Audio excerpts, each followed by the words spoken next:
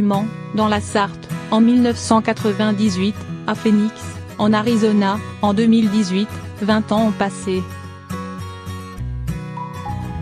20 ans d'une riche carrière dans le football professionnel pour Didier Drogba, qui a annoncé, dans la nuit de mercredi à jeudi, qu'il raccrochait pour de bon les crampons à l'âge de 40 ans, après une dernière saison aux États-Unis sous les couleurs de Phoenix, 2e division. Guingamp, Marseille, Chelsea, où il a porté presque seul son équipe jusqu'au triomphe en Ligue des Champions, Shanghai, Istanbul, Montréal. Partout où l'attaquant est passé entre-temps, il a laissé une marque indélébile. C'est vrai aussi avec son équipe nationale, la Côte d'Ivoire, dont il est le meilleur buteur de tous les temps, 65 buts en 104 sélections, et qui l'a conduite à 3 phases finales de Coupe du Monde, 2006, 2010, 2014, et 2 finales, perdues, de Coupe d'Afrique des Nations.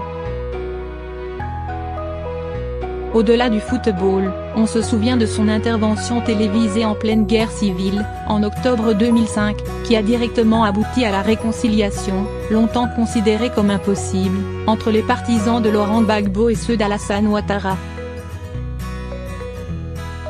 À l'instar d'un George Weah devenu président du Libéria, se lancera-t-il dans la politique lors de sa nouvelle vie? Rien n'est moins sûr. Celui qui a toujours pris grand soin de n'avoir aucun contact avec quelque responsable politique que ce soit, justement parce qu'il n'a jamais eu envie de prendre position pour qui que ce soit, devrait, a priori, plutôt rester dans le football. Au moins comme dirigeant, dans un premier temps, puisqu'il est devenu l'un des actionnaires du club de Phoenix.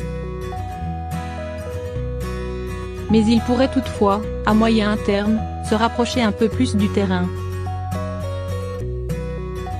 Je sais qu'il veut devenir entraîneur. Il me l'a dit récemment par SMS.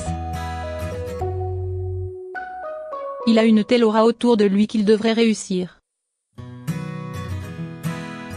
Maintenant, il doit prendre son temps, comme Zinedine Zidane, pour vraiment comprendre la mécanique du métier, confiait en effet, en 2016, sur les ondes de la BBC, Guy Lacombe, son ex-mentor guingampais, qui était alors encore responsable de la formation des cadres techniques à la direction technique nationale, où il a notamment formé au métier de coach un certain Zinedine Zidane. L'intéressé, un temps annoncé avec insistance entraîneur des jeunes à Chelsea ou adjoint d'Antonio Conte, n'a, lui, encore rien dit concernant son avenir.